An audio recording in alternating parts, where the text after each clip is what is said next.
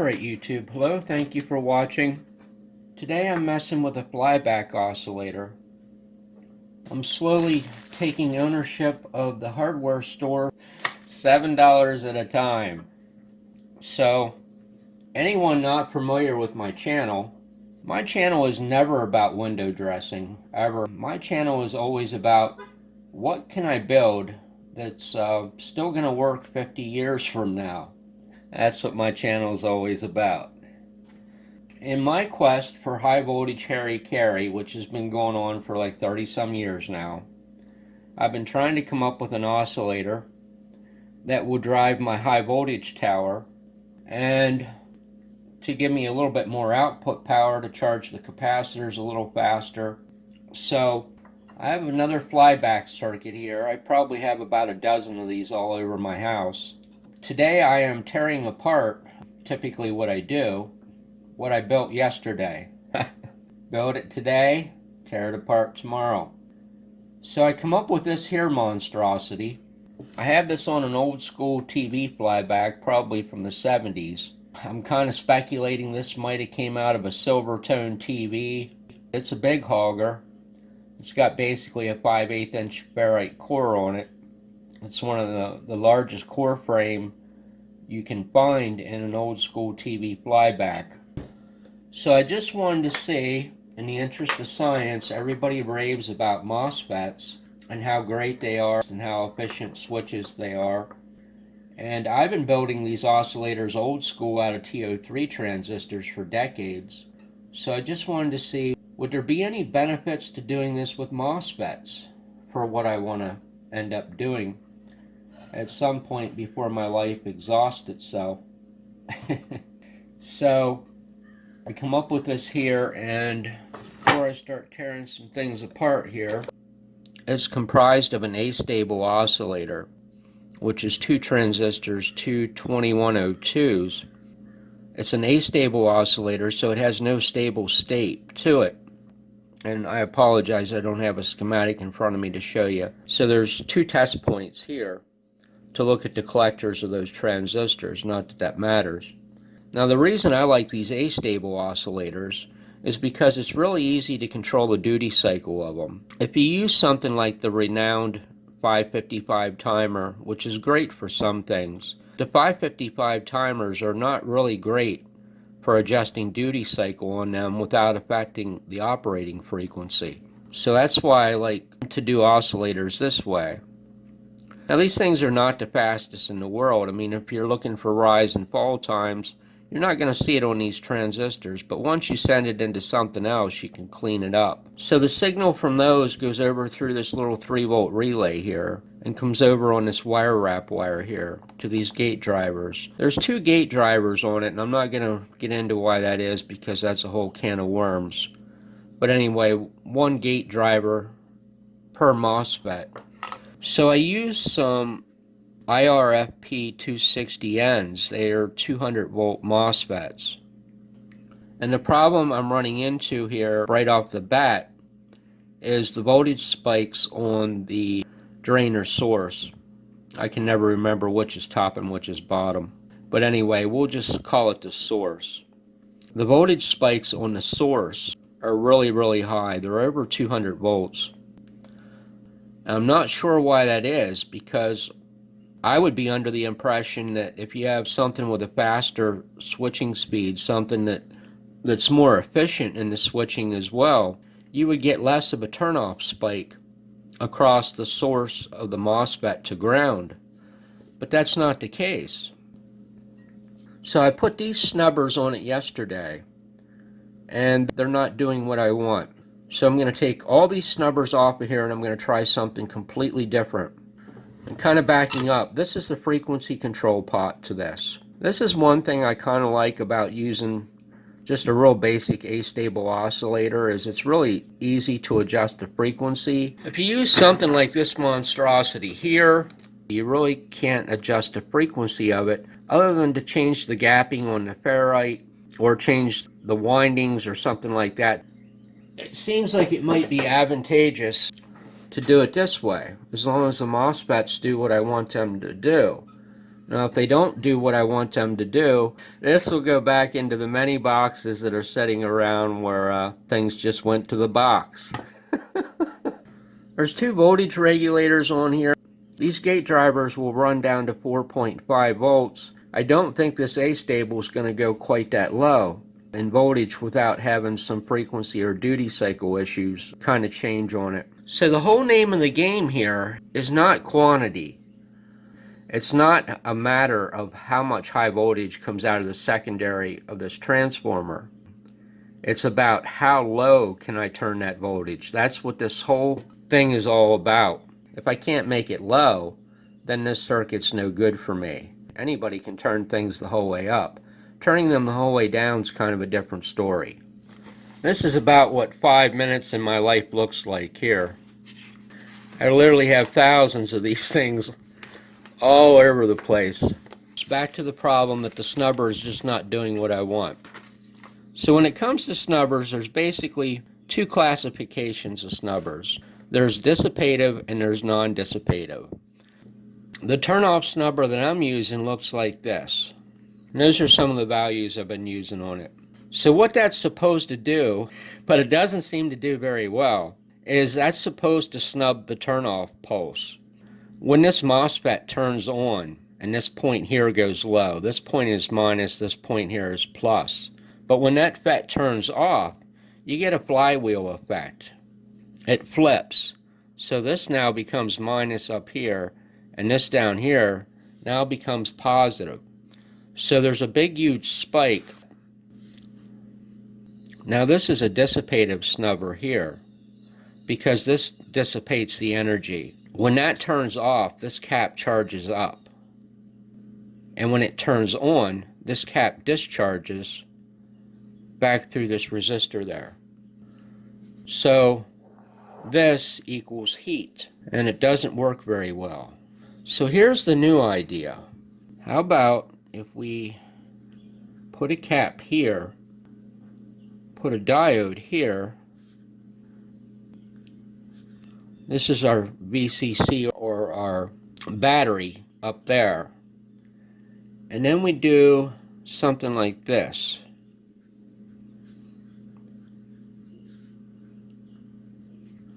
Put a choke here, a fast diode here, a fast diode here, and a good fast cap here that doesn't have any dielectric loss, some type of good snubber cap. So now what happens is when this MOSFET turns off, that big pulse charges up that cap through there. This is minus, this is plus. Now when this turns on, this charged cap discharges back through this choke and this diode here. So it's going to have a ring to it basically. So this choke will oscillate with the value of this cap right here. So all the energy from this, instead of being dissipated within one of these components where it gets hot, it sends all the energy of that turn-off spike right back onto the power supply line to rejuvenate it. Seems like a more efficient way to do things, assuming that it works. So I have some polypropylene caps here. These are Panasonics. These are 334K. So they are 0.33s. Now the voltage of them is kind of unknown to me. Let's put a 0.33 in here. And then we're going to need something that oscillates with the 0.33. And the lowest frequency this will run at on this controller over here is like 22 kilohertz. So 1.5 microhenry choke will oscillate with that cap. So there we go. Some 1.5 microhenry chokes exactly, made with some number 14 Belden magnet wire and a shit pile of epoxy on them. And then we're going to need a cap on the power supply line to dump all that energy back onto. And really this is probably about as best as it gets. This is a MKS4 33 mic at 63 volt. I think this is a PET cap. Yeah, because if this were MKP, this would be polypropylene. So this is a PET dielectric. And then we need some of these guys. Now, if your brain hasn't turned to marshmallow at this point, I will just be the first to tell you mine absolutely has.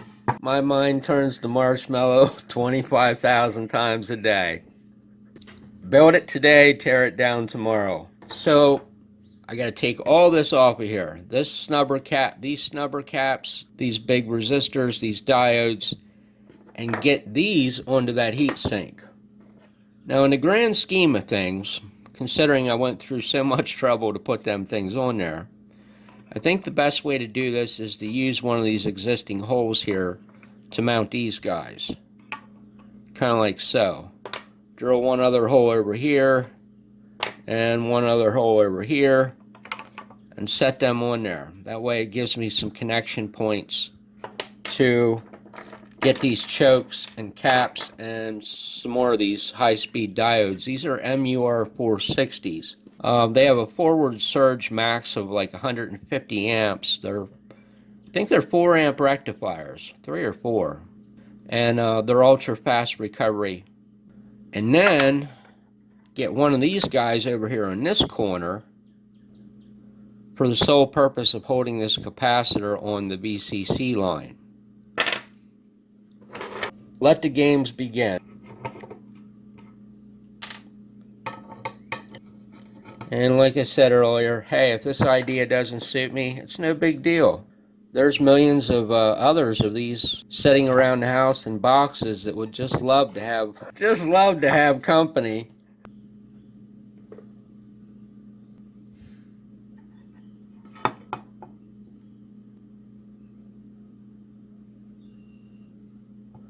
Man, I hate to waste chewing gum. So this point right here is the source, once again, if I don't get them backwards. So the MOSFET.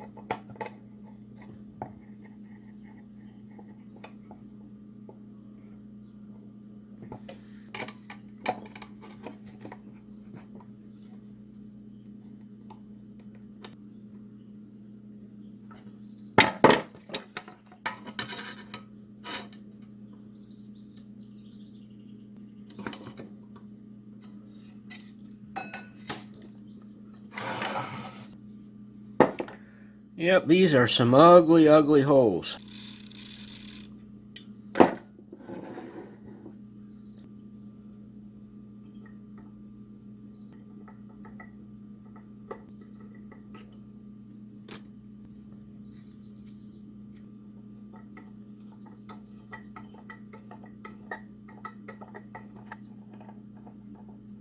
Good old canola oil. Works better than anything I've ever used.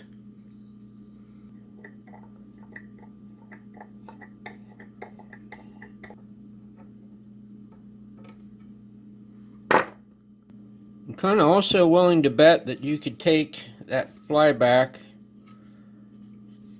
and submerge that in canola oil and you'd never have any danger of anything arcing on the windings of the flyback.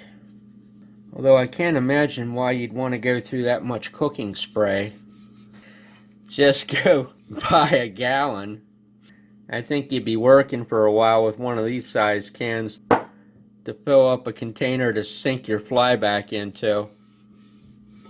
Yeah, boy, those holes are ugly.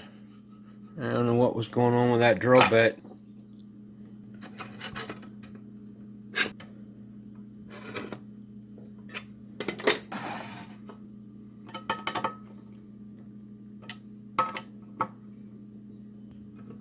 This heatsink material is very hard. I don't know what alloy of aluminum it is, but I'm kind of thinking that if you buy a heatsink and it's easy to drill, that it's soft aluminum, that you got ripped off. That's been my theory over the years. Damn thing shifted on me. That's what happens when you send a dull bit, or somewhat of a dull bit, into a piece of aluminum. It just kind of mushes, and then the drill bit kind of goes somewhere that you didn't know it went until after the hole's already drilled. That's kind of the way aluminum works.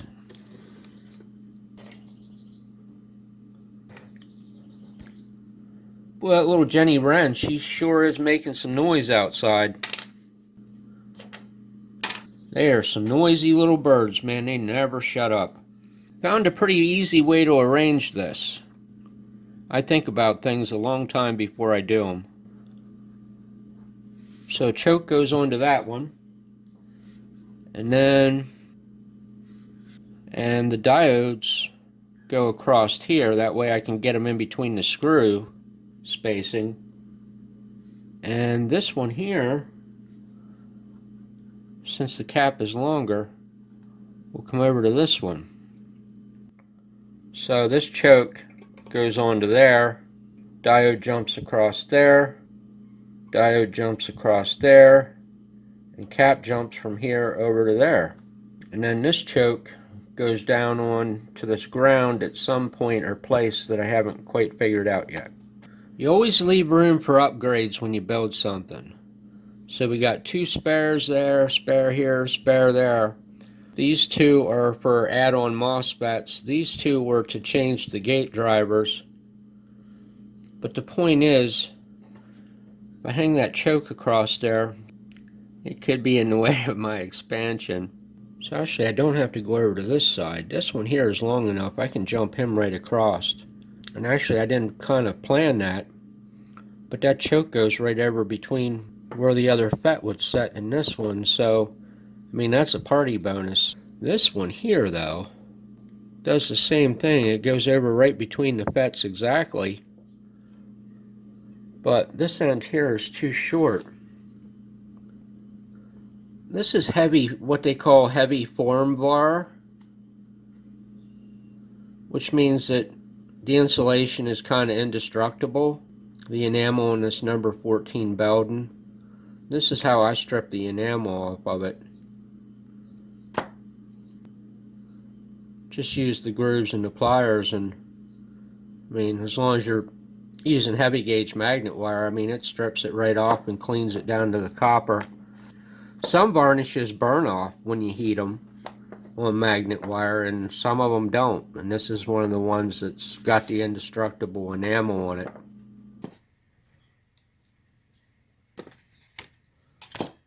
I don't throw anything away. I mean, nothing at all.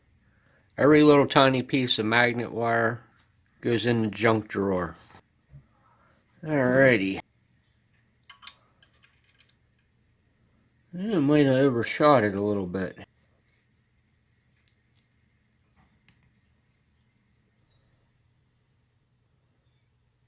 That's a little bit better there. I am having a very serious space problem here.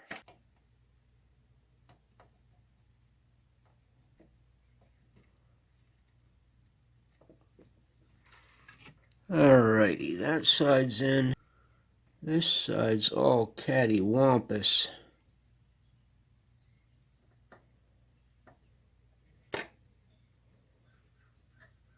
Something like that. Now I need some diodes with some short leads. That doesn't seem to be a problem in here. They basically just have to be long enough to do a 90-degree bend.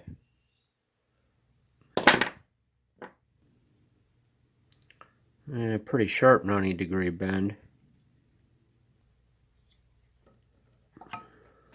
Kind of like so. The problem with ring terminals is they don't stack well, and that's usually the problem you run into when you have to have two or three 50 or 100 of them, all on the same barrier. There's kind of some little tricks, depending upon whether they're insulated or non-insulated, to get them all on there where they're not kind of like butting each other to death. But so this one here is going to have 1, 2, 3 ring terminals on it. Unless I pull one out of this side, I can do that. So we need one other diode going across there from there to there, facing in the same direction. Now I need a piece of wire from that cap.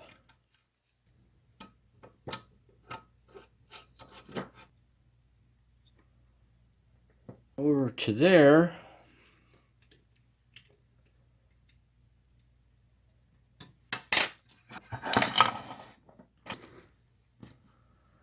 Now I need to get the rest of these diodes and another cap on the other side.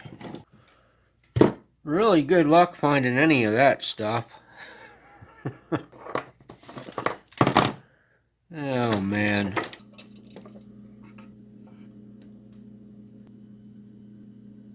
Now I need a VCC connection from right here and from right here over onto this block there. That's going to be where those caps discharge back into the VCC line.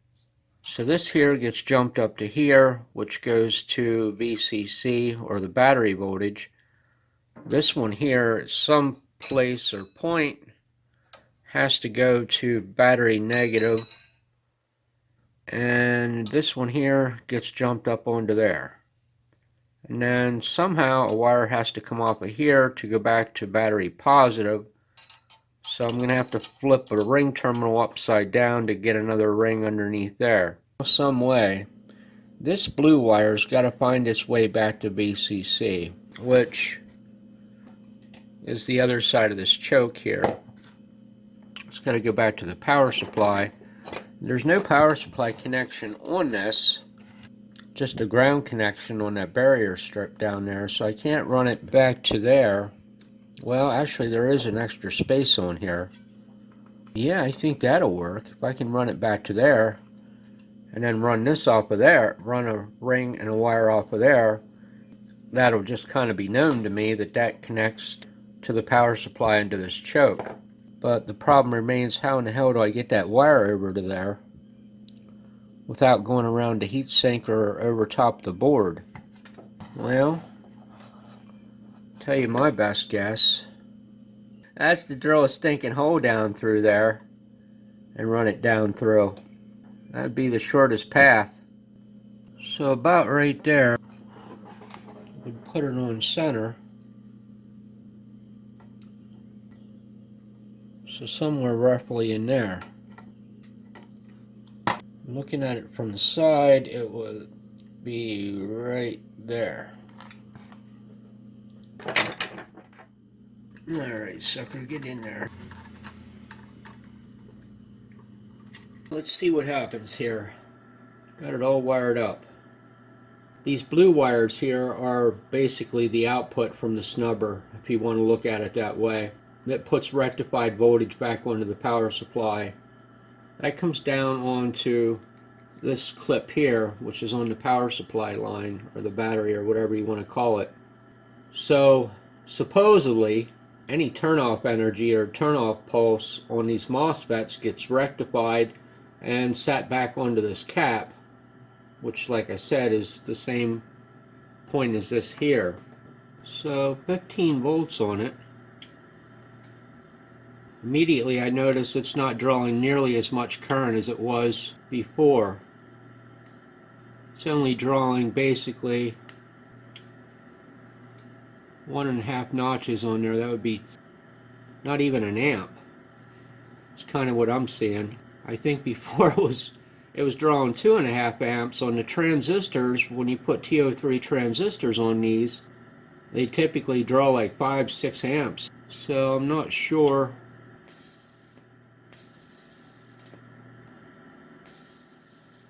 Not only is the current draw low there, the current draw is low when it's arcing as well. about 7.5 amps. It was 12 or 13 amps before I put this kind of questionable snubber on it. I'm honestly at the point where I'm not even sure I know what to think anymore. I'm past the point of being able to conclude stuff, and that's just no good. Well, I don't even see anything that's really discernible as a switching waveform there. That's kind of discouraging. Probe's on times 10 and we are on 5 volts per division, so 50 volts per division. And the marker line up there is 210 volts. That's where the spikes were going before I put this on. Well, they're not going up to 210 anymore, that's for damn sure, but the problem I'm having with this already off the bat is what the waveform looks like. It doesn't resemble anything even remotely close to a square wave. You know, if I had TO3 transistors on here, you would see something that was vaguely close to a square wave, but these MOSFETs just don't do that.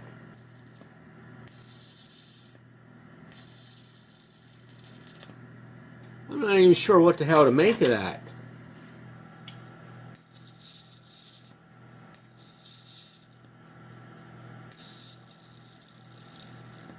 That's not even a discernible waveform to me. What the hell's the amplitude of that thing? So I'm getting 120 volt humps. I mean, I should be seeing something close to a square wave there. And the amplitude of it should be 2 times the power supply voltage. So it should be roughly 30, 35 volts or so. I'm no rocket scientist here for sure. But it almost acts to me like those cap values might be interacting too much.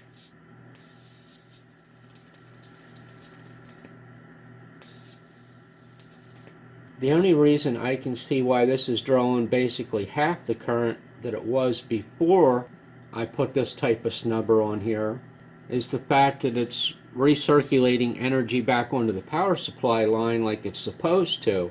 But like I said, I am wondering if maybe those cap values, I use 0.33s, maybe they're too high. And maybe the snubber is actually interacting not only on the turn-off pulse, but acting on the switching waveform as well, because that's one messed up waveform. Let's put the scope on this choke. The choke where it rectifies back into the filter cap. 10 volts per division there, and that reference line would be 24 volts. Of course, it can't go up to 24 volts. Well, there is something happening on that line. Not really sure what to make of that either.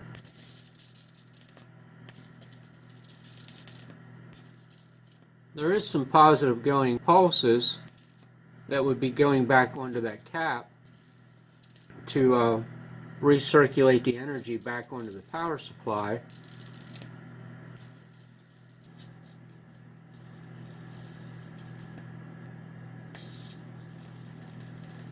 It's just really not drawing very much current. I don't know how to interpret that. You know, I will say this, it's not generating really any heat at all as compared to the TO3 transistors. But, you know, at least the TO3 transistors had a waveform that was discernible when it should be a 32 volt, somewhat of a square wave. Strangely, I put everything back to the way it was before I used this non-dissipative snubber. Let's just see in comparison. I used the same values. Well, actually, I tried to swamp it a little bit more by adding resistors in parallel across these resistors here. These are 10s, but there's actually 15s mounted on the back of the heatsink. And then there's 2 of these G200 series from Bishui, which are specified for use in snubbers as being able to handle high surge currents. Certainly I would think this resistor, this wire wound, would handle high surge currents as well. So there's our no load current right back to where it was. It was drawing just a scotch over 2.5 amps. Now when I put that snubber on, it was essentially drawing less than an amp on the non-dissipative snubber. Now when you put an arc on it, now it goes up to about what it was before, roughly a little under 12 amps or so. But look at the waveform on the scope. Now we got 250 volt spikes.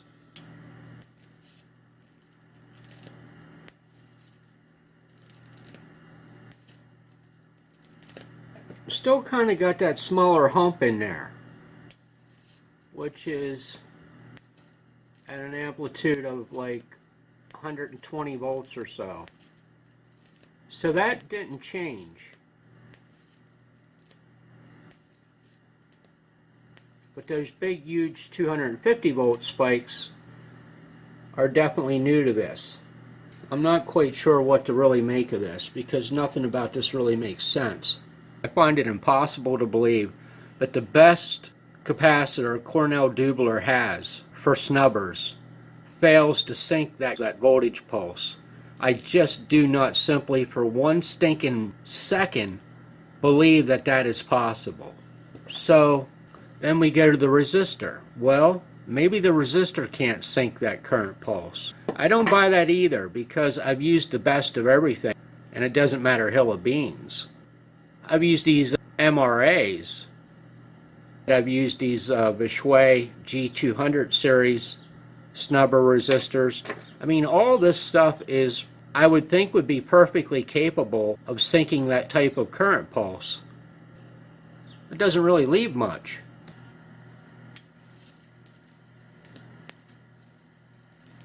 I really think it's a product of the MOSFET. The old school bipolar switching transistors are quite different. I don't know what that relates to. I don't know enough about MOSFETs, and maybe that's part of the problem. But it seems far-fetched for me to believe that a conventional snubber will not touch that spike really at all.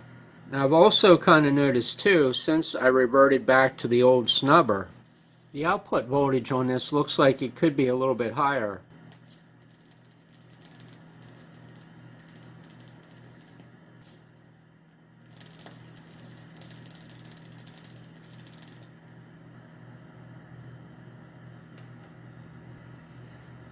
Yeah, I'm just not really sure where to go with this circuit. If you do this with a bipolar switching transistor, an old school TO3, why you get something that kind of looks like a square wave, but if you build one of these with a MOSFET, all you get is that hump. That's an unsolved mystery there.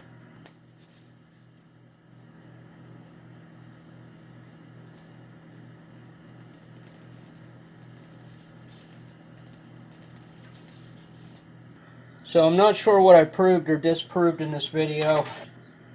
Hey, thanks for watching my video. You take care and have a great day.